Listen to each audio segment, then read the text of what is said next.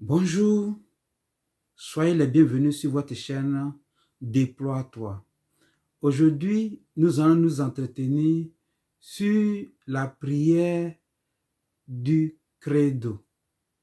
Installez-vous confortablement et à tout à l'heure. Merci.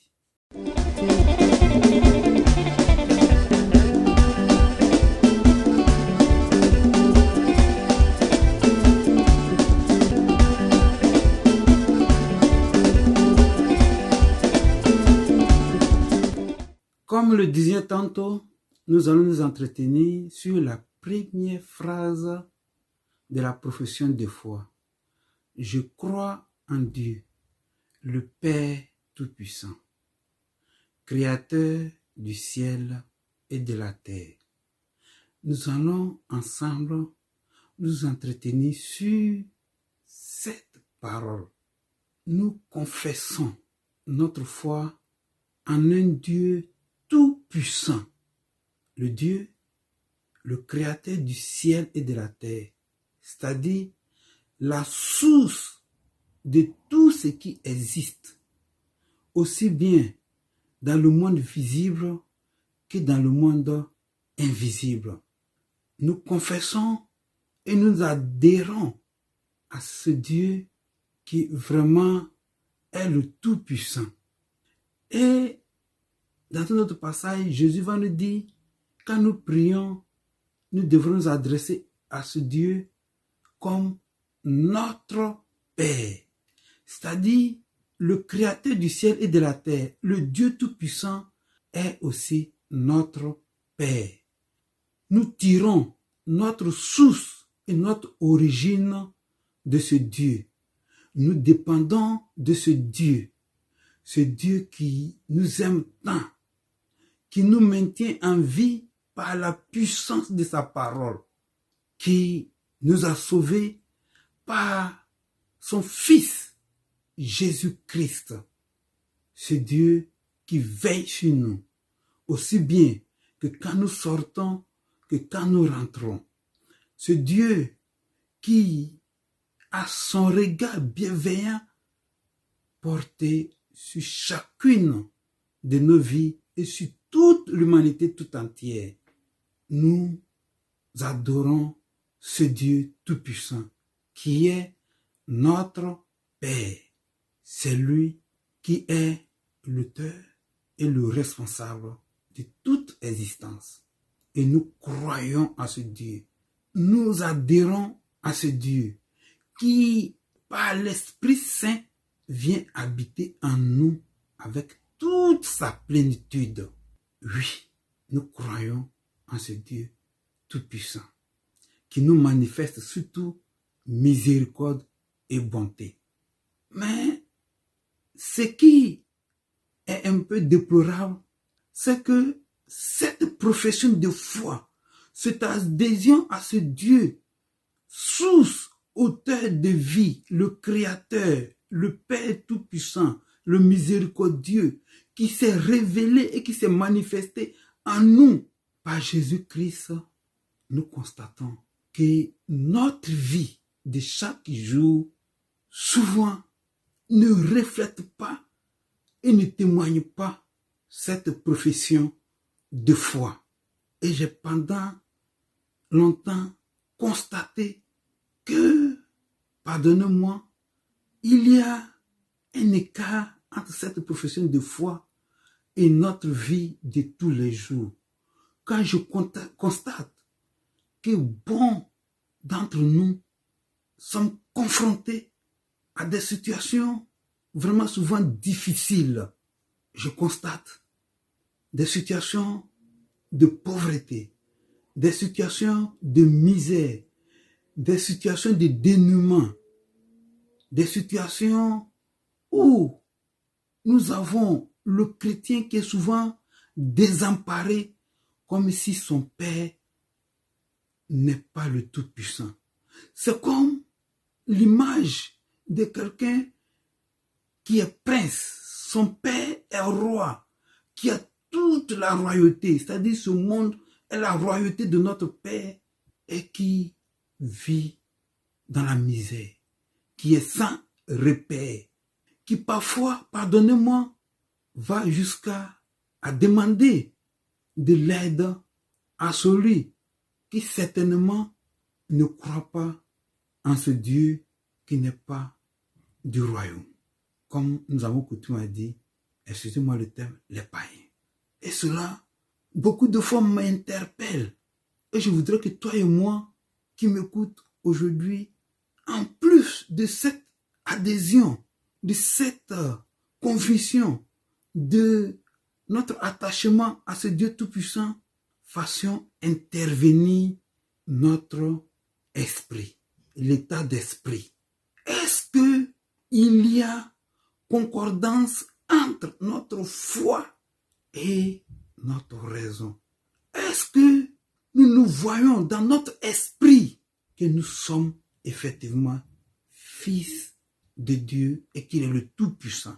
Est-ce qu'il n'y a pas à l'intérieur de nous-mêmes un combat qui nous divise de telle sorte que par la foi nous adhérons à lui, mais par notre esprit nous le régnons?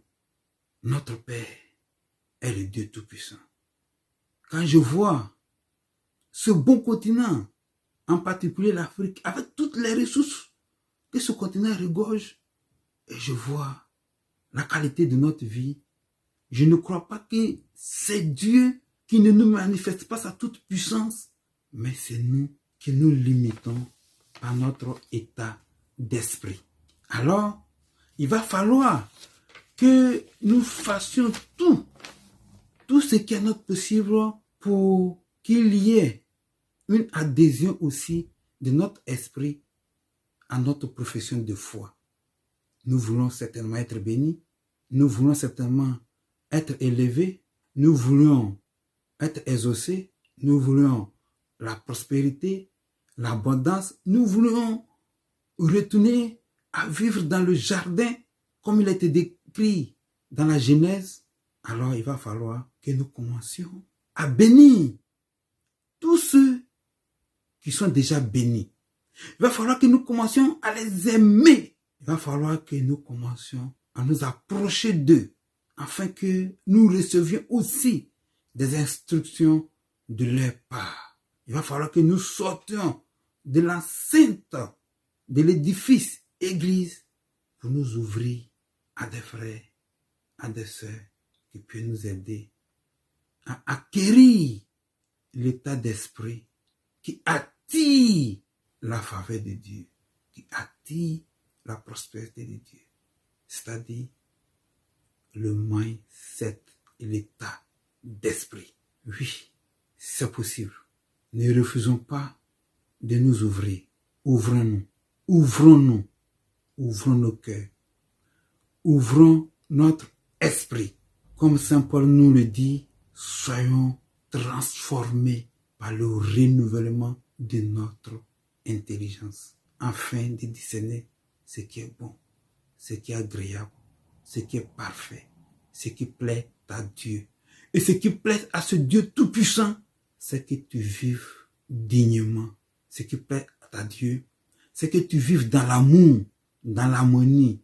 Ce qui plaît à Dieu, c'est que tu vives dans la concorde. Ce qui plaît à Dieu, c'est que tu sois prospère. C'est-à-dire, à tout égard, ton esprit prospère, mais autour de toi aussi. Tout ce dont tu as besoin pour être heureux, qu'il y ait vraiment cette croissance dans ces activités que tu mènes. Frère, prenons conscience ensemble que notre Père, il est le Tout-Puissant, il a sa faveur sur nous, il a son regard bienveillant sur nous, qui nous assiste, qui nous aime, et qu'il est celui qui nous conforte, et qui nous soulève par la puissance de sa parole, et qu'il veut que nous entrions dans notre destinée pour impacter ce monde selon l'appel reçu.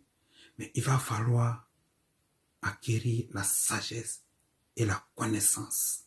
Il va falloir allier l'état d'esprit et notre profession de foi. Ne soyons pas divisés en nous-mêmes et ne maudissons pas à notre fort intérieur ce que nous recherchons, c'est-à-dire ceux qui certainement sont déjà arrivés et qui vivent dans l'abondance, qui vivent dans la prospérité, qui ont un certain nombre de biens, qui certainement vivent dans le luxe. Ne les maudissons pas, bénissons-les. Parce que c'est ce que nous cherchons. C'est ce que nous cherchons que notre Père, le Tout-Puissant, nous donne. Alors, quand nous allons commencer à nous ouvrir à ce monde de bénédiction, nous aussi, nous allons être bénis et nous allons être élevés. Car tu ne peux pas prétendre rechercher quelque chose que en même temps en toi, tu combats et tu détruis par ton état d'esprit. Notre Père, il est effectivement le Tout-Puissant. Nous croyons en lui. Nous nous abandonnons à lui et nous ouvrons au monde, aux frères et aux sœurs pour rechercher à être instruit et à être élevé. Certainement, tu attends qu'un ange de la part de Dieu vienne te secourir. Mais si déjà tu mets une frontière, une barrière dans ton esprit, tu repousses le riche, tu repousses celui qui peut t'aider, ton patron, est-ce que tu l'aimes? Est-ce que tu pries pour lui? Ou est-ce que tu le maudis? Alors, si tu veux être élevé comme lui, commence à l'aimer. Même s'il a des défauts, prie pour lui. Ne le hais pas, ne le critique pas, ne le maudis pas, ne dis pas qu'il sera en enfer. Sinon, tu fermes la porte à la grâce. Tu limites le Père Tout-Puissant de te secourir. Je voudrais ensemble, pour conclure, dire, Père, que ton Esprit Saint puissamment descende dans notre cœur et que sa lumière resplendisse dans notre esprit, qui nous donne vraiment d'être ouvert dans notre esprit pour aimer, pour être béni, pour être en contact avec le monde qui nous entoure, dans la liberté des fils de Dieu, pour recevoir secours, faveur, grâce, bénédiction, le travail souhaité, la guérison, d'entrer dans l'abondance. À toi la gloire, la bénédiction. Et toi mon frère, sois puissamment enrichi par le Dieu Tout-Puissant qui nous a déjà bénis de toute bénédiction spirituelle. Sois dans la paix, sois dans la joie.